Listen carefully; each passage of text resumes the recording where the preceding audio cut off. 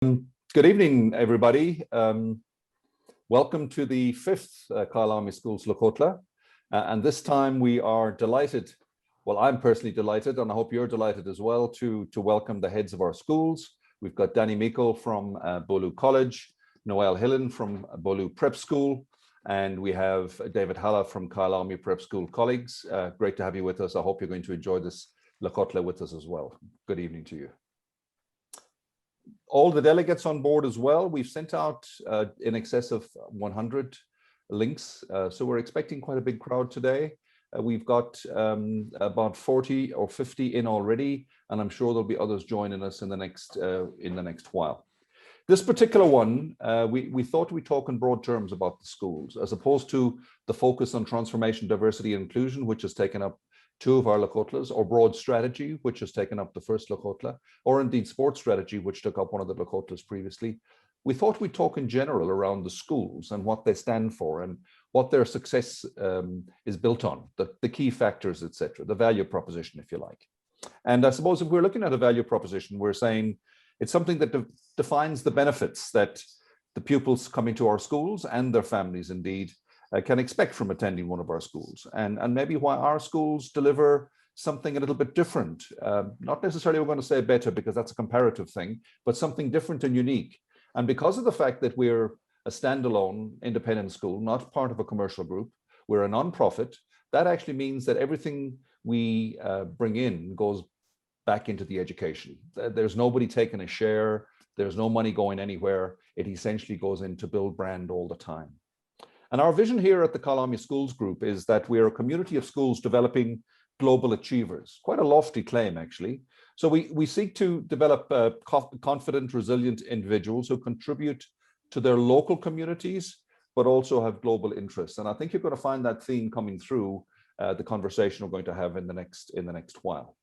We're going to start the conversation tonight with the head who started it all, Noële Hillen, who was the founder head of Beaulieu Prep School back in 1996. She had been brought onto the staff in early or mid 1995 and was there on the very first day with the first student, first teachers, etc. And Noële has been with the school and with the group ever since. You could say in many ways Beaulieu Prep School is the cornerstone of the Kyalami Schools Group. Noële, welcome to you, and maybe I can ask you, what do you think the key elements are of the successes of Beaulieu Prep School over the last 25, 26 years? Thanks, Tom, and good evening, everyone. Our secret is in our people. It's in our model, and it's in our ability to adapt the curriculum in an ever-changing world. All our teachers are specialist teachers. They're passionate about education, and they routinely go the extra mile for and with our children. That's because they're invested in the growth and the success of our children, and that is what they do. Parents and alumni always tell me that children are nurtured here. They tell me that it is a warm and caring environment, and that children love to come to school. They're happy here. We make learning fun, and there are so many opportunities for different types of learning. The academic standard is very high, but the base is broad. There is something for everyone at school. All the children can be successful in more than one way because of the variety on offer, I think. Well, that's a huge compliment to the way it's been built. You've seen generations of children leave your school, and obviously the majority going on to the college, perhaps to Beaulieu College, but indeed to many other schools elsewhere around Gauteng and elsewhere in the country, and perhaps even overseas. And you know many stories of success, Noële. Perhaps you'd like to share some of the accolades that some of your alumni have received at school, university, and indeed in the world beyond. Thank you. Yes, that's a great question. Our alumni have been extraordinarily successful, whether they've remained in South Africa or whether they've gone abroad. We've had accolades from high schools, from national and international competitions, from local and from international universities. And we have a growing multitude of successful and professional people and entrepreneurs, both in South Africa and in other countries. We regularly get feedback on how our alumni are doing, and they achieve exceptionally well in matric to start off with. In 2020, Beaulieu Prep alumni at Beaulieu College achieved 2.5 distinctions per child. At Beaulieu College this year, 7 of the top 10 students in grade 8 come from Beaulieu Prep.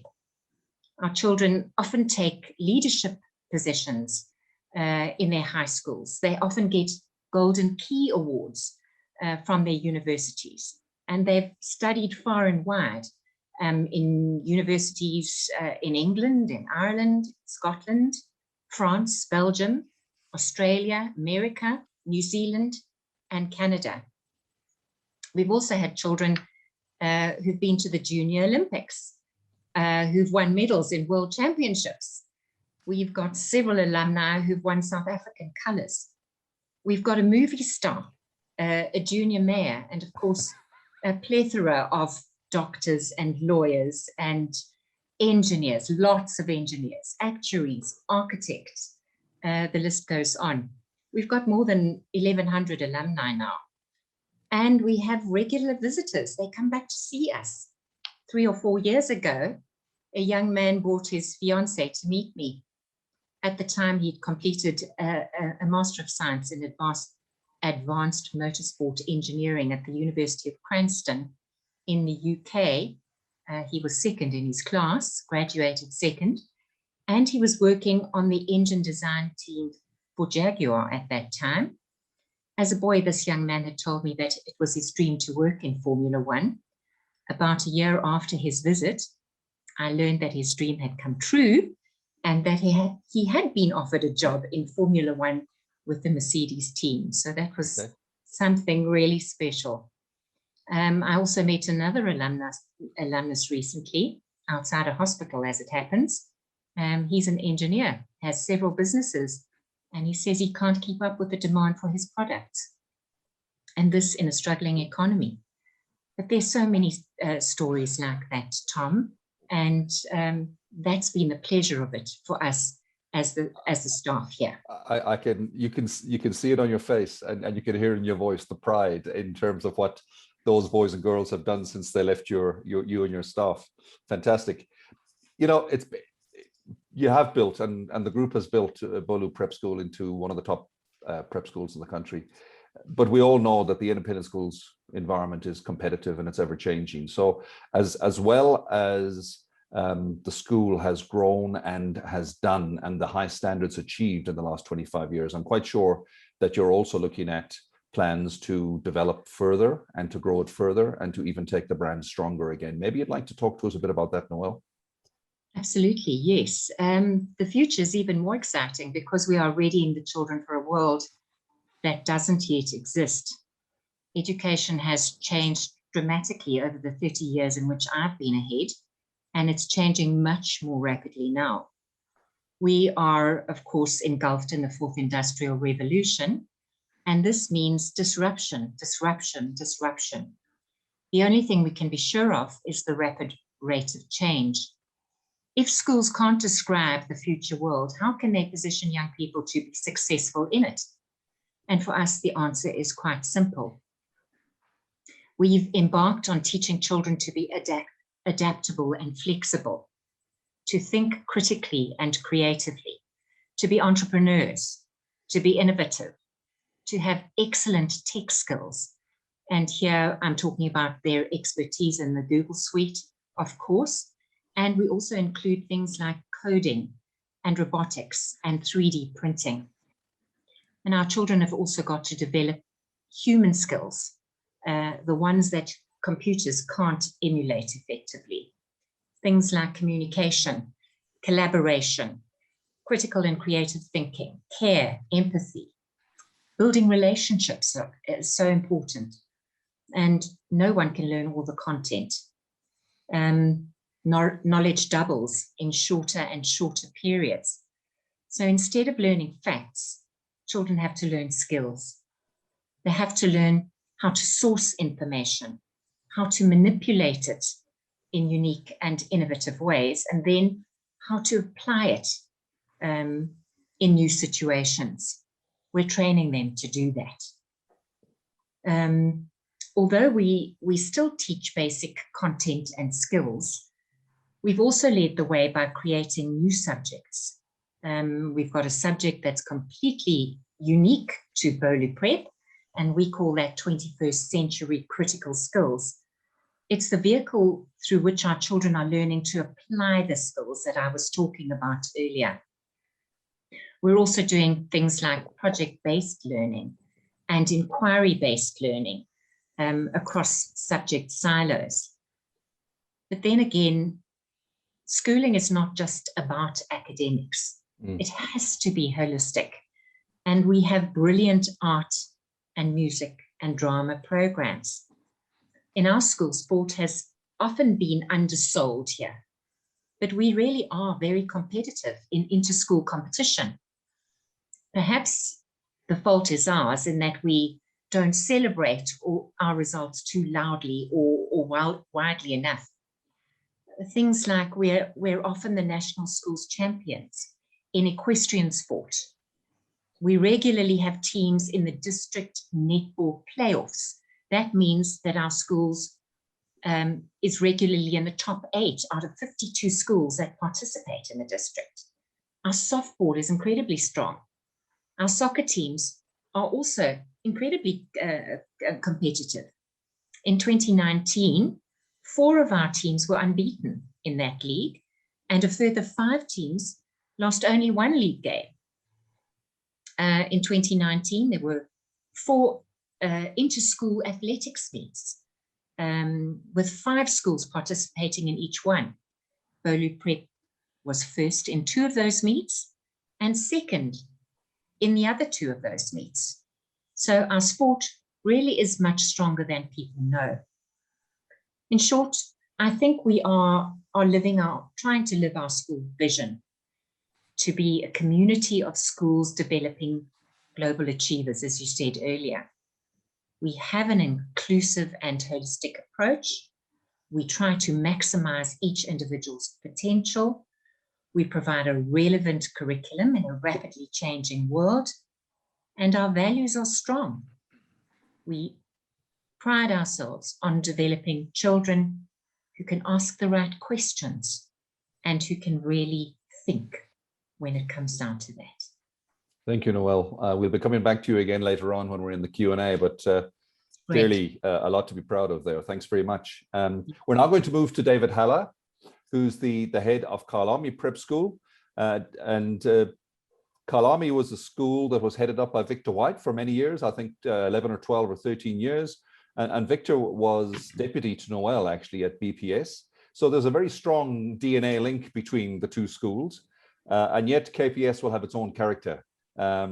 David, you joined KPS as head in 2018, having served for many years at St. Peter's Boys Prep School in senior positions, particularly around pastoral care and pastoral management. Can I ask you, what was it that attracted you to KPS? Thank you, Tom, and good evening, everybody. Well, there's a very special quality about Kyalami Prep School. I think from the moment that one walks through the front door, one experiences a sense of belonging and a warm, caring welcome from the staff and pupils alike. And I think this was evident in my first visit to the school prior to my interview for the headmaster position. And I felt that the family feeling is the right fit for me. And this intangible warmth is something that most schools strive for, but seldom achieve. Well, now that you're into your 4th year as the head, I take it that it's living out the way that you thought it would be. And why do you think KPS ought to be the first choice school for parents in your catchment area, Allendale Road, Waterfall, that area of our geographical region? Well, Tom, the focus at Kyalami Prep School is holistic, with the aim on developing well-rounded individuals. And our caring staff have created a nurturing environment which focus on building relationships with our children. And that is key to a lot of our successes. There's an emphasis on developing a community school with a strong sense of belonging, where no child is left behind. Our academic offering is strong and is based on best practice principles. And we've developed a very successful Google platform for online learning, and we've continued to develop that with great success. We also continue to strive to improve our academic offering. Our staff have received training, the 16 habits of mind and thinking routines to equip them with deeper questioning techniques and thinking strategies. And as Noële has alluded to as well, project-based learning is now part of our academic offering and incorporates research skills, collaboration, and critical thinking, and allows our children to take responsibility for the execution of tasks. Now, our children are excited about their learning and they are engaged in their lessons. So you mentioned habits of mind there. So maybe you can ask you around that. What kind of attitudes and mindsets do you and your management team and your staff hope to shape in the boys and girls at your school? Yeah, well, the school's iCare values are linked to the habits of mind. And I think the iCare values play such an important part in our whole school approach to educating our children. We provide our children with a toolbox to prepare them for life. We build confident, socially, morally, and well-adjusted children who care about their peers and their community. I think treating others with understanding and without judgment. And this is reflected in our leadership program, where children learn to serve their school community and putting others before self. I think we also have emphasis on effort for success rather than just looking at results. Our growth mindset philosophy encourages our children to take calculated risks, and mistakes are seen as learning opportunities. We also recognize that children have unique differences. We help children to develop their strengths, and we never give up on anyone. I think we've all seen, and I've, particularly in my years as a teacher in boys' schools particularly, I've seen so many success stories of where children fly once they find their purpose or niche in life. Excellent. And similarly, perhaps what I asked Noële in her closing question, obviously this last year and a half has been a time of great uncertainty and quite a lot of anxiety, actually, for staff, for management, for parents, for children. And our future is probably going to be somewhat different to what our past has been, our recent past as well. Could I ask you, what is KPS doing to ensure that you would remain a responsive, agile, and top choice school in the future, David? Well, KPS has used this period now to adapt to the changing circumstances and build momentum for the going forward for the future. In terms of campus development, we have refurbished the swimming pool, renovated a new tuck shop, creating a community focus and coffee shop. So when we all can get back together again, we'll be using this facility. We focused on parent engagement, expanding the role of the PTF, develop a broad discussion platform with our parents regarding the broader issues such as the KPS ethos, transformation, diversity, and values. We've made an encouraging start here. So that's early days, but something we're developing and growing, and I know it's going to be very successful. We've also created outdoor working spaces, which the children have really, really responded well to. And the robotics department has grown leaps and bounds, so much so that we've started an afternoon robotics club for further extension activities. I've made mention just now of the fact that it has been a really challenging time, and obviously wellness and welfare of our people, our community, is important. Might I ask you, what kind of programs and interventions and support have you put in place for the school community? I think this is very important to our, we value this very much, looking after the parents, children, and teachers. So we've put an emotional awareness program, social and emotional awareness program in place. It's called Call to Be Me. And I believe we're the first prep school to have put something like this in place from grade 1 to grade 7. The objective here is to create a greater awareness of self. We've also started a pastoral care department this year to support the children and ensure pupil wellness as well. And to support our parents, we've put in a parent wellness program, which is run by Sally Thorpe, a life coach. And I think you'll see from our newsletters, we've been getting a very good response from that, and offered support where we can. Okay, and maybe just one final question. I know that our delegates and parents online are looking forward to the opportunity to have the conversation. So I'm just going to give you one more question before I move to Danny, sure, and then we'll get into the chat room if you like. And perhaps you're answering this perhaps on behalf of both your school and Noële School, because the preps go very much in hand. Sport's always been a pretty big part of the DNA of KPS in particular. And obviously within the group, we have a strong plan to grow sport as well. What are you hoping to evolve? How are you hoping to evolve perhaps in terms of your sports at KPS? And what are you already doing in that regard? Well, I think we need to move with the times in order to meet the changing needs. And first of all, start using the expertise and skills available to us within the group. But if we want children to be healthy and active, we need to ensure that we're offering the sports that appeal to everyone. So basketball and girls football are two examples of sports which we'd like to introduce in the near future. Fantastic. Thanks very much, David. And we'll be coming back to you shortly with the questions from the Q&A. Over to Danny Meikle now. Danny, if you can turn your sound on there, please.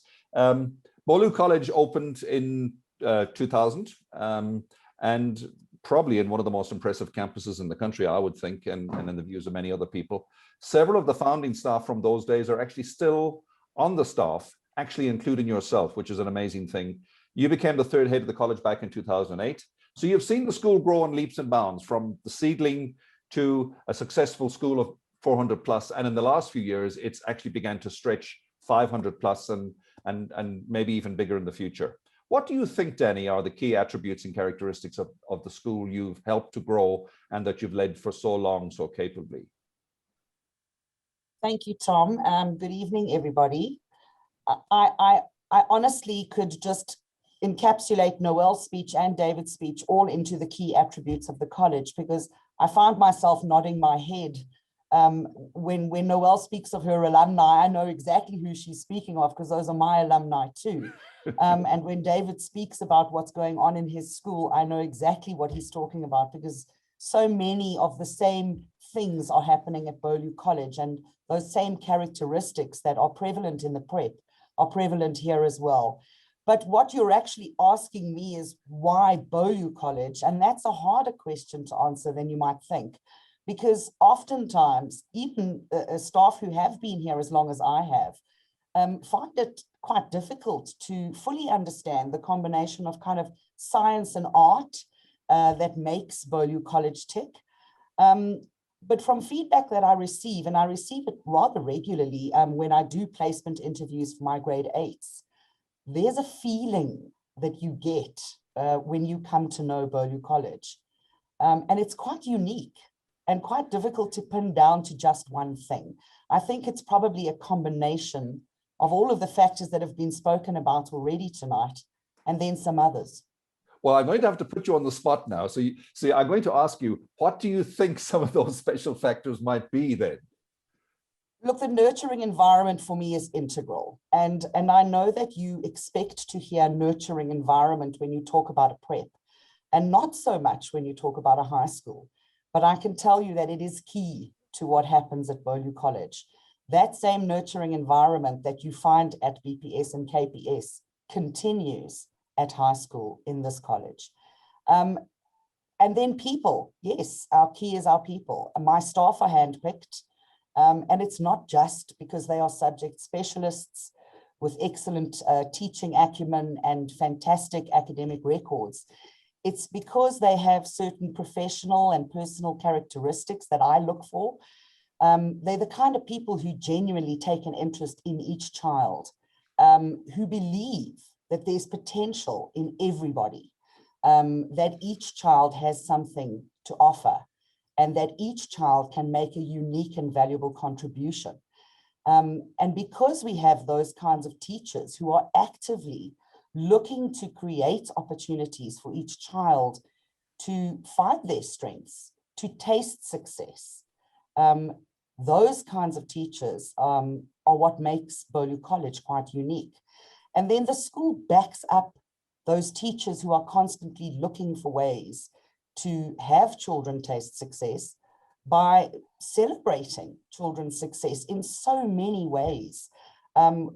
Awards evenings and colors evenings and newsletter articles, and our children really do have the chance to shine, and in so many ways that there's a place for everybody, and there's a place for everybody to find their potential. I must say, when I joined the group as CEO, and I had my first tour toward the end of last year, and then early this year, as I walked around the corridors, it did strike me the tranquility and the level of engagement from students on the corridors, and also the way staff and students seem to engage so easily with one another. And I've worked in high schools all my life. I've been on the boards of numerous schools and still am. And quite often adolescents will look the other way when an adult approaches them, but it doesn't apply at Beaulieu College. I mean, so there must be something particular about your approach to relationships and behavior and that kind of engagement. Maybe you could speak a little bit about that. There definitely is, and it's definitely intentional. Yes, obviously we're a holistic school. We want to produce young people who are balanced and well-rounded. But our pupils are really encouraged to be curious, to try new things, encouraged to try things even if they're going to fail the first time, because that's a learning opportunity. Encouraged to be confident, and we really work hard at growing their confidence. Openness and honesty is important, and is held in high regard amongst pupils and staff. But very important is that our pupils remain respectful, gracious, and humble in their interactions with others. And that's hard work. You have to model that very consistently and very carefully among your staff, among your pupil leadership, among your senior pupils, really, and even among your juniors. Your grade 8s look up to your grade 9s, and what they see there is what they learn. And so it's really important to model that throughout the school. Nowadays, you have to teach manners, and you have to demand them from your children. Manners are no longer something that children just arrive with. And so it's very important to me.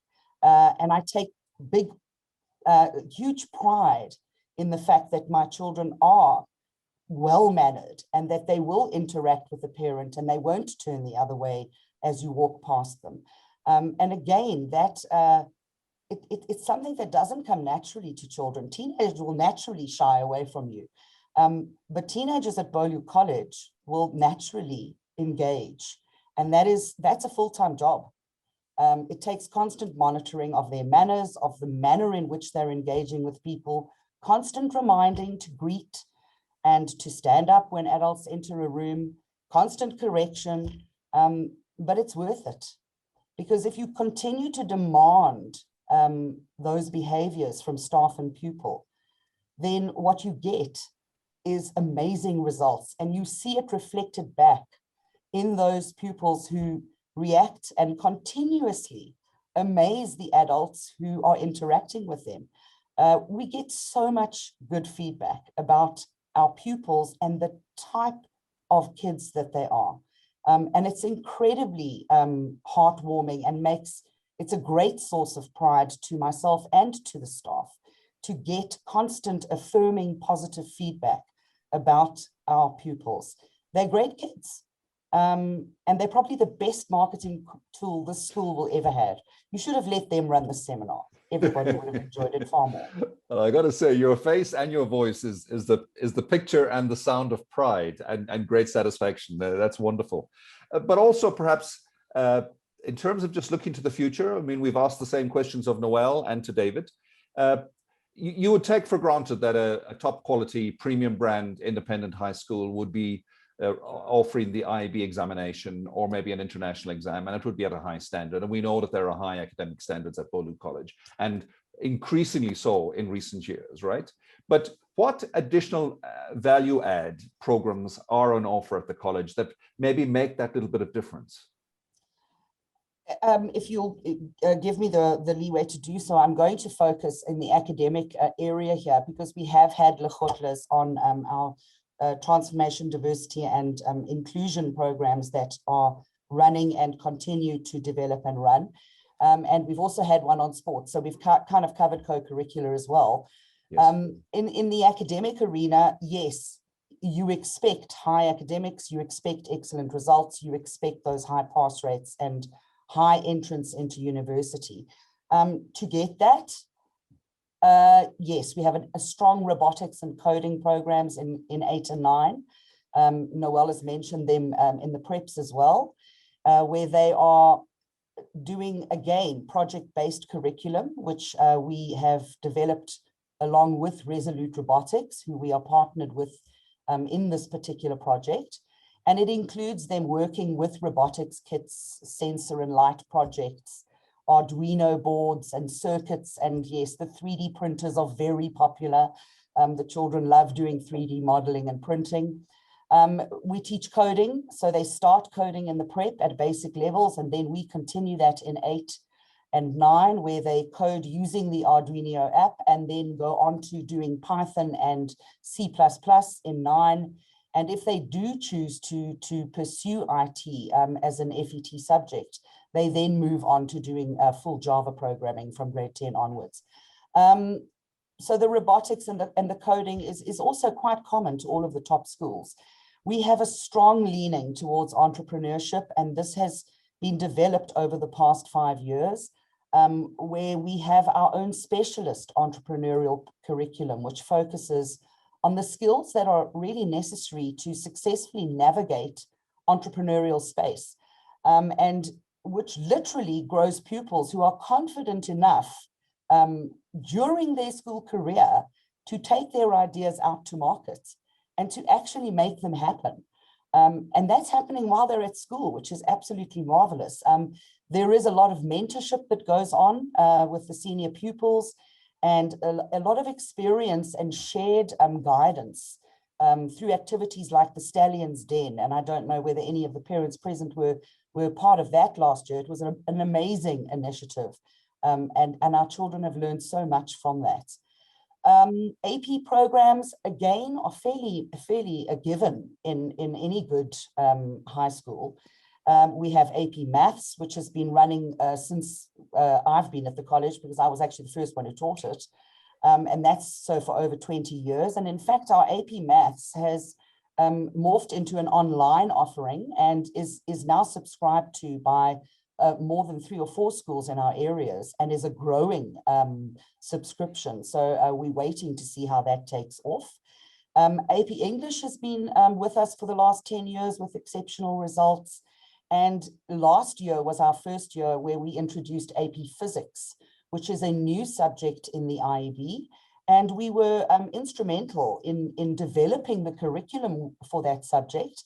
And in fact, the national examiner for the AP Physics is actually one of our staff members. So we hope we have an advantage.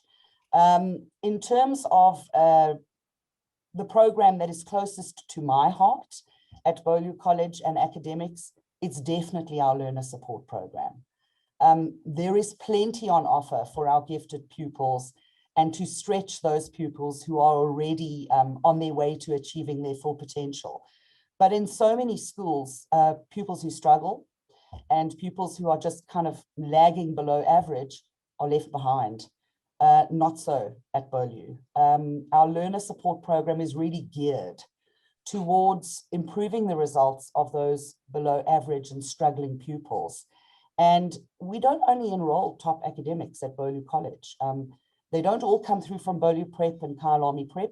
We enroll children from upwards of 15 schools, and sometimes from previously remedial schools into our own school, who are mainstreaming for the first time. And that is a huge leap, not only from primary into high, but from a remedial setting into a mainstream setting. And learner support evolved from trying to help those children, but it has grown into something so much more. And the success stories that have come out of the learner support program are simply amazing. They range from children who have come out of Cedarwood, a remedial school, which is literally 2 blocks away, and have graduated with a full house of distinctions and are now qualified doctors, to those who've kind of come into Beaulieu, not really motivated, not sure why they're not achieving. And we have found, upon a closer investigation through that learner support intervention, that the child has maybe 1 or 2 barriers to learning. And by putting the right accommodations in place for that child, they will come through matric with 2, 3, sometimes 4 distinctions, simply because you have accommodated the style in which they learn and the manner in which they achieve their potential. But by far the greatest success stories every year. And Tom, as an ex-head, you will know that when you wait for those matric results, there are two things you do. You look for the top and you look for the bottom. And the bottom makes you as proud as the top, because our learner support program has been responsible for graduating some of the most at-risk pupils that I think I've ever encountered in my teaching career. And the pride, not only with me, but with the teachers who have been involved with those pupils, when you look to see that a child who in any other school would not have made matric, that child has got an NSC. Yes, there are no distinctions, but nobody cares, because that child has got an entrance into university and has registered, and they come back 5, 6, 7 years later and say, ma'am, here I am, I've done my degree. And it's amazing because you can see that you really made a difference in that child's life. Daddy, I could see you could speak all night. You're in full flow right now, but I'm going to have to bring this part of the conversation to an end. And thanks again for the way you've conversed on that. And now I'm going to ask our colleague and the moderator for the night, Mark Naidu, to perhaps come into the conversation. And Mark, would you like to lead some of the questions from the Q&A, please, sir? Good evening, ladies and gentlemen. Good evening, Tom and panel. Thank you very much. It's been an interesting discussion just following the conversation with the heads, and you are in no doubt, or there's no doubt in my mind that you know your schools well, and the smiles on your face, like Tom says, and the passion behind what you say is so evident and real. I have a couple of questions that have come through from the parents who are online joining us. And David, we're going to start with you. It was around the pastoral element you mentioned. And everyone, please feel free to add to David's answer here. But a parent wanted to know, what does the pastoral care actually entail at a school level when we talk about pastoral care? Over to you, Dave. You're on mute, David. There you go. Thank you. So pastoral care essentially deals with the social and emotional well-being of our children. So we offer support where we can. And I think at a school like Kyalami Prep School, we've got a very small school. Our teachers get to know our children very well. And they're able to pick up when there's support needed. And we feel that staff are very approachable and can deal with those issues. So the whole idea of introducing the pastoral care department was to offer additional support through these COVID times when we feel that children are taking on more stressful situations, possibly from home as well, not seeing their peers for some period of time. And the idea was to offer support where we can to ensure that they are happy, enjoy coming to school and engaged in their learning. I hope that answers the question. Thank you, David. That does answer the question. David, still staying with you, you mentioned something around additional sports that Kyalami Prep is looking at. What were those again? So we're looking at introducing basketball for the boys and girls football. Now, if you look I think basketball is probably one of the fastest growing sports in high school, and yet we haven't even looked at that. So that's definitely an area of focus we would like to look at. And I think girls soccer is a growing sport in all high schools. And I think the college, am I right, Mr. Meikle, offers the girls football, and we'd certainly to develop our young stars earlier on and prepare them for that experience going forward. I've also done some investigation into that and seen on a number of schools that are offering this, so we will be able to organize inter-school fixtures as well, which is very exciting. And the thread is that the basketball will pull through into the college. So it is being looked at as a top tier offering in the future for Beaulieu College as well. Good. Thank you, Danny. I was going to move that question over to you as well. Tom, you want to add? I was just going to say, I mean, obviously what would apply at KPS would largely apply at BPS as well, Noële. I mean, the same ideas in terms of sports offering, etc. There is a similarity so that there's a coherence across the group. Yeah. Great. Another question from a parent. This was quite an interesting one. He said that he remembers in his time at school that we used to have guidance and counseling. I'm sure most of us can identify. So what has it been replaced with, and how do we help our children in terms of choosing the right career? So what is the career guidance that the schools offer for their students as they move from primary school to high school, with the probably focus more to the high school element? I'm going to take that one if you don't mind. What we used to know as guidance at school has now become known as life orientation. And it's within the life orientation sphere, and it's still a compulsory subject from grade 8 to grade 12, even though it's non-examinable in grade 12. So they don't write an exam on it, but they do a lot of work. And in fact, there's a lot of really in-depth work that's done there. The career guidance aspect of that happens largely in the grade 9 LO curriculum, which is really focused on subject choices, the kinds of careers you may be interested in, and the kinds of subjects you would need to choose in grade 10 so as to open the doors to those careers. And then again, obviously in grade 11, there's a strong focus on career counseling, and it's a push to where are you going to apply to university and how do we assist with that process. We run careers days, and all of the grades go to careers days every year. But we focus the careers days for the 9s and 11s. So the 8s and 10s will generally go in for an hour or two, whereas the 9s and 11s will have a much a longer period of time where they get to actually go and speak to upwards of 30 exhibitors who are exhibiting not just from the tertiary space, but also from the career space. So there are pilots associations and camp counseling associations in America. There are facilitators who deal with children who wanting to go and study overseas, who help along with that process and guide parents as to how to go about applying to universities in America.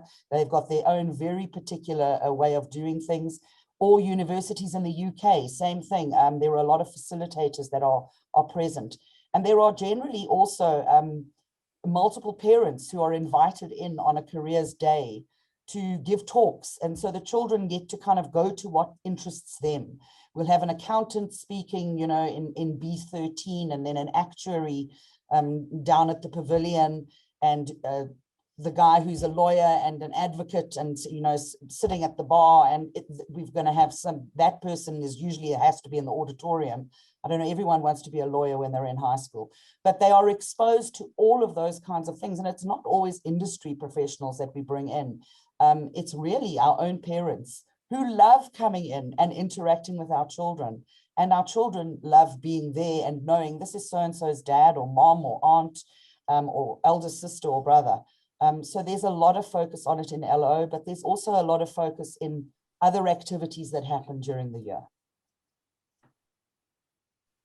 Thank you very much, Danny. Another question coming through is around the equestrian offering at our schools. And the parent would like to inquire around what is our approach to the equestrian element at our schools? How is it run, and are the horses privately owned? So perhaps we could have some indication from a prep school perspective and maybe onto the college. Are you wanting me to respond there first, Mark? Yes, please, Noële. Just tell us about the equestrian offering at Beaulieu Prep. All right. Yeah. Well, at Beaulieu Prep, equestrian is considered a school sport. In many schools, equestrian is offered as after-school kind of thing. At our school, it is considered a school sport. And we're jolly good at it. So we really do encourage children to ride in all the equestrian disciplines. Children ride as a team, and we take great care about trying to make them feel like a team, because very often equestrian, the disciplines are individual disciplines. If you're riding in dressage or show jumping, that's a pretty individual thing. However, we do try to make the children feel like a team. We do all kinds of activities and things to get them involved with each other. As far as whether there are school ponies, no, there aren't school ponies at Beaulieu Prep. All the children either own their own ponies or they use school pony yard ponies. So there are school ponies in the yards around, and children can ride at competitions and things on those ponies if they don't have their own horses. I will talk to the college. At the college, equestrian is also a school sport. And as you can imagine, a lot of our children who come through the preps have done equestrian and are really riding at a very high level by the time they reach the college. And so it's kind of quite difficult to begin horse riding at a grade 8 level. Although there are children, I'm sure, who do it, in terms of the competition level, if you haven't been riding through the preps, it's quite difficult to pick it up as a competition sport. But we do have horses on the property, and Mr. Hamilton was actually walking the property with me a couple of weeks ago to look at how we could go about improving our equestrian facility, because we have equine studies as a subject at Beaulieu College. So it's not just a sport. They can actually do a theoretical course in grade 8 and 9. It's part of choice that focuses on equine studies and the equestrian industry. And then they can take that subject as a subject for their National Senior Certificate. So it is a designated subject, and it can replace the likes of geography or science. I'm not picking on geography or science, but it can be picked as one of your optional subjects. And obviously the pupils who are doing it at that level are doing it at an extremely high level. They are learning very technical, anatomical things about horses. Many of the children who go in that direction are either going to stay within the industry, either owning their own yards or as breeders or as veterinarians. And they are the kinds of pupils who go through and do equine studies as a matric subject. But yes, we are looking at extending the facilities here, and there are some ponies that we have on the property that they use in the equine studies classrooms to kind of do demonstrations, that we're going to look at whether we could start opening that up to beginner riders, and offer some lessons to pupils who don't own their own ponies and aren't a member of a stable yard, but who would like the opportunity to see whether this is something that they're interested in. Again, look for the way to unlock that child's unique potential. You never know. If I might add as well, Mark, and I concur with everything that has been said by my two colleagues, obviously equestrian sport is a key part of the Beaulieu brand. Even just in our geographical location, it's part and parcel of where we are. But there's a possibility that we may be going into a development of facilities at the college, at the Equestrian Academy. And part and parcel of that would be to create a more inclusive program to bring in Black and Indian and colored children into the sport, because it's a sport that can be quite intimidating for those who haven't grown up with it. And we think that there's an opportunity for children coming to the college, whether they've ever been close to a horse or a pony before, to actually engage with the sport and with equine studies. And it might well be possible that we could take the lead in transforming the sport at provincial and national level as well. Thank you. Thank you, Noële, Danny, and Tom. That was a comprehensive response. And in fact, a parent also posed that exact same question, Tom, and the team around, should it be viewed as an elitist sport if we have to own a horse to compete? But I think you've answered that already. Beaulieu Prep has moved to a third stream in recent years in the senior primary phase. Would this additional class then move on to the college? And how would the college accommodate this additional class? Is there a plan to grow the college? And what is Kyalami Schools thinking in terms of this fifth stream, if you like, at the college? Perhaps Danny, Meikle, you want to take that question? It is true. The subscription at the college has increased over the last, it's probably happened over the last 5 to 6 years, to an extent where we are now ready to open a 5th class. We weren't in the past. We were kind of full, but we were just not enough candidates in each grade to look at that 5th stream. But we are seriously looking at it for 2022. And I think that it will likely continue 2022 grade 8, 2023 grade 9, until we have moved a 5th stream all the way through. In terms of facilities, at the moment, we have enough classroom space and common space to easily accommodate a 5th stream in both grade 8 and grade 9. Once we get into 2023, 2024, we're going to need to start looking at perhaps additional facilities being necessary if we're going to have a 5th stream right the way through up to grade 12, because it would put pressure on the school in different ways once you get into grade 10, 11, and 12. We have no way of knowing what subjects that 5th stream is going to choose. We could land up needing more science labs. We could land up needing a new equestrian facility. We could land up with more business classrooms or more technology labs necessary. And it's going to have to be a wait and see. But yes, the plan is to grow. I don't know whether the plan is to go to a 6th stream at any time. Certainly not while I'm alive. I don't think. That's quite encouraging, Danny.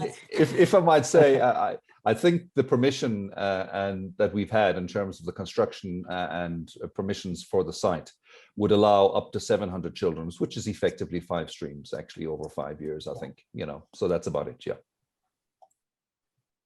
Thank you.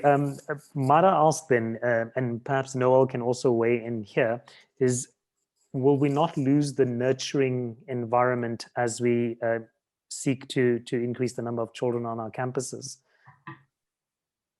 Well, we used to have 2 streams all the way through from grade 1 to grade 7, and we introduced a 3rd stream, and that started right at the bottom and moved up to the top of the school 1 year at a time. So what that meant was that the children who were in the grade that was growing were walking the path, making the path, and we found that we learned how to cope with the size of the school as they were growing and as their needs became apparent. And really, when you are in a 2-stream school, you can know the name of every child in the school, and it's pretty similar in a 3-stream school. I know that Danny has a 4-stream school, and she's looking at a 5-stream school, and I know that she knows every child in that college. So it's certainly doable, but I do think that there are things that you have to put in place to make sure that children don't become numbers, that they stay individuals, that there is still that nurturing, caring environment. That's key, and you've got to do what you can to protect that when you are growing. Thank you, Noële. Another interesting question. I'm going to pose this to the entire panel, so you may answer as you wish. SIPO would like to know, in general, what do you think has been the effect of online learning on the children? We know that we're in COVID times. Do you think that the net effect will be positive or negative in terms of the learning that has happened during this pandemic, or the lack of learning? And perhaps we could speak to our online offering. Can I start? Yes, please. Because I had matrics who had to write at the end of last year after doing a fair amount of their year online. So they were online for longer than some of the other grades because they had positive cases in 2020. And I can tell you now that without exception, their matric results were as good, if not better, than we were expecting. that doesn't mean that there aren't going to be gaps left from online learning.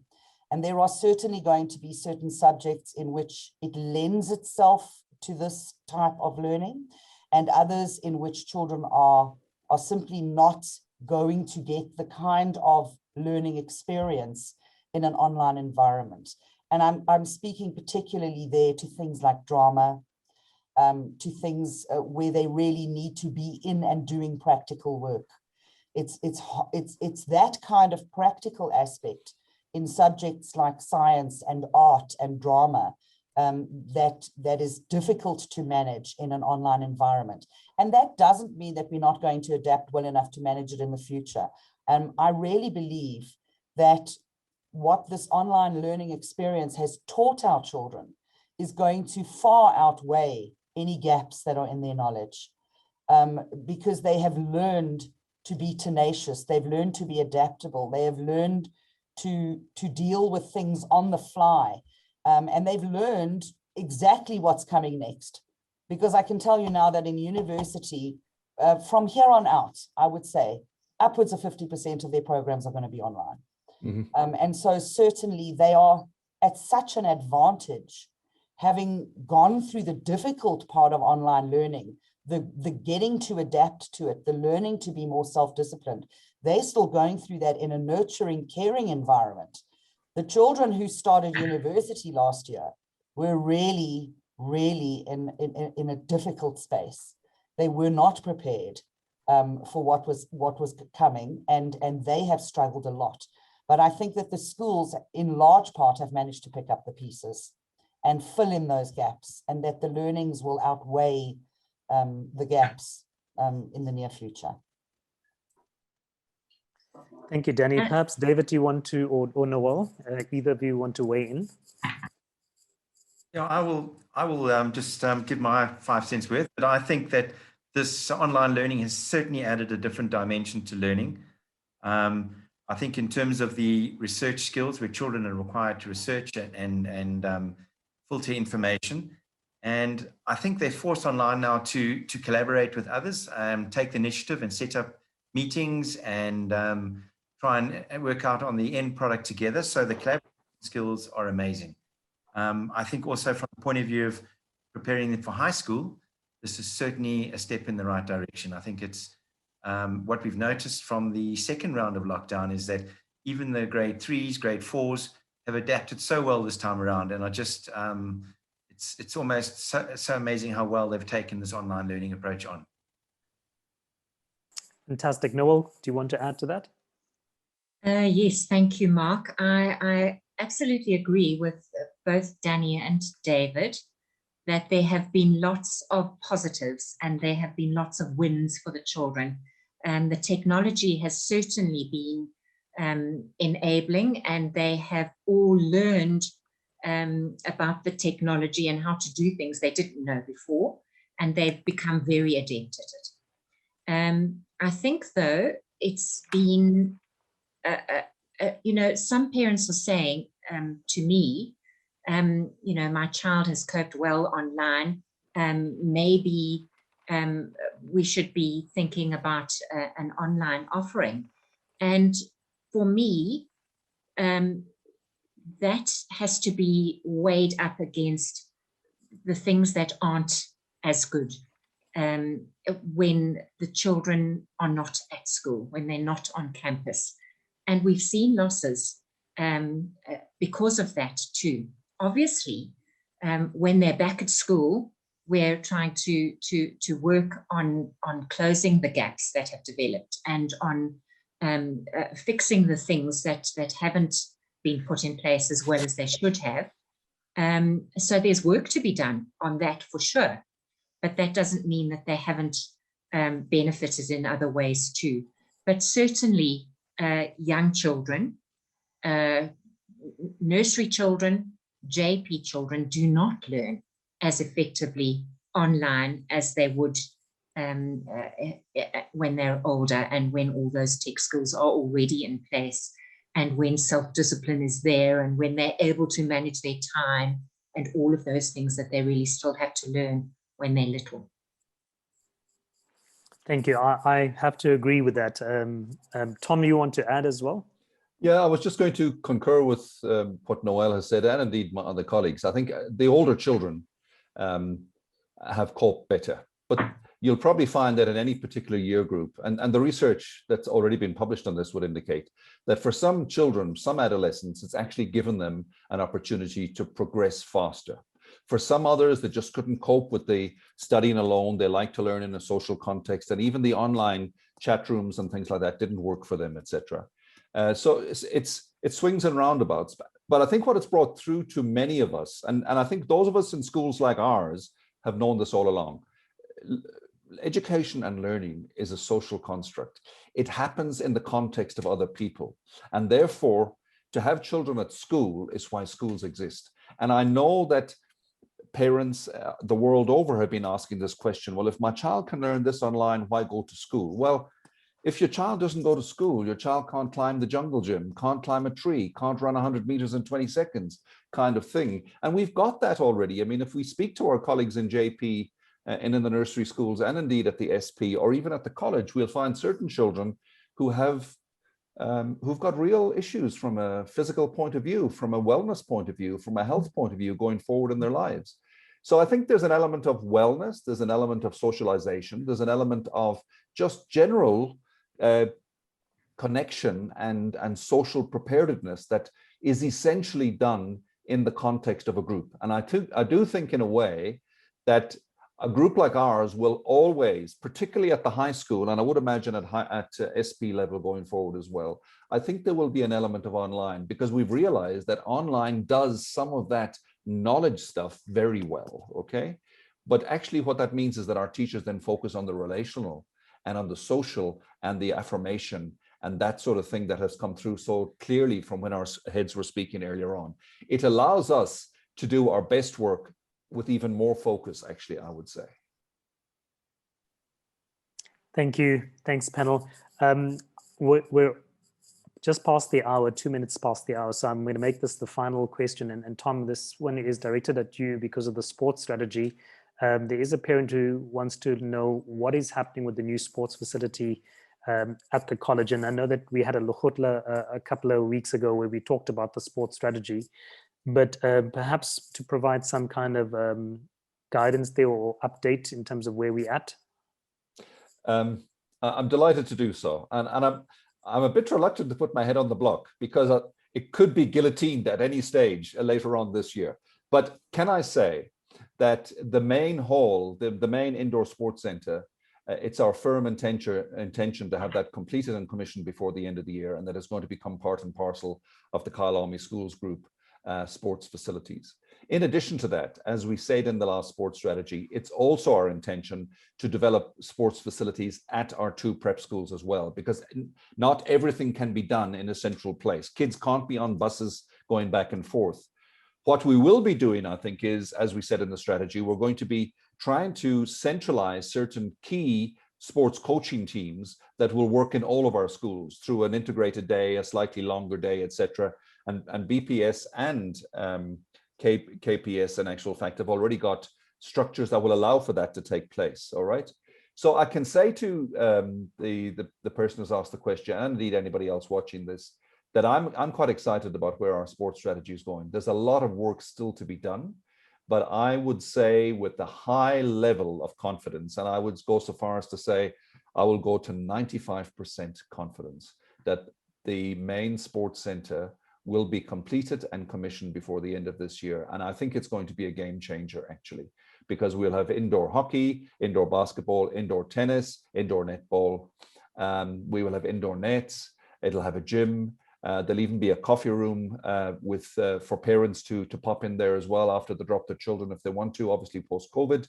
And also very excitingly, we're quite a long way into a strong strategic partnership discussion with Kyalami Country Club in terms of developing golf as a major niche sport in our schools. So I think there's a lot of excitement from a sports point of view coming down the line in the next 3 or 4 months.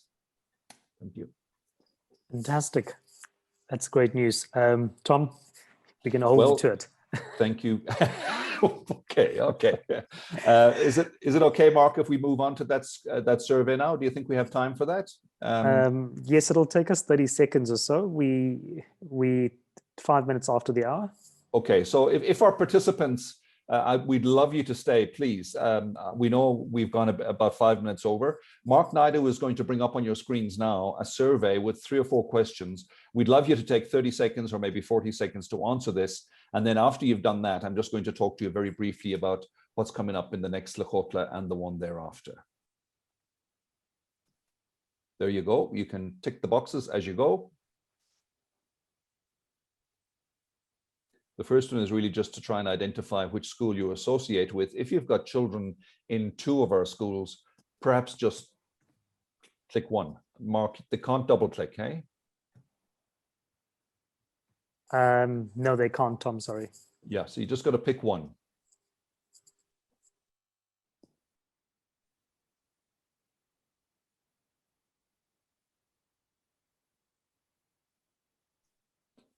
And I would personally like to see our heads coming back to these Lekgotlas on a regular basis. So in question number 2, I would encourage you to answer yes, please.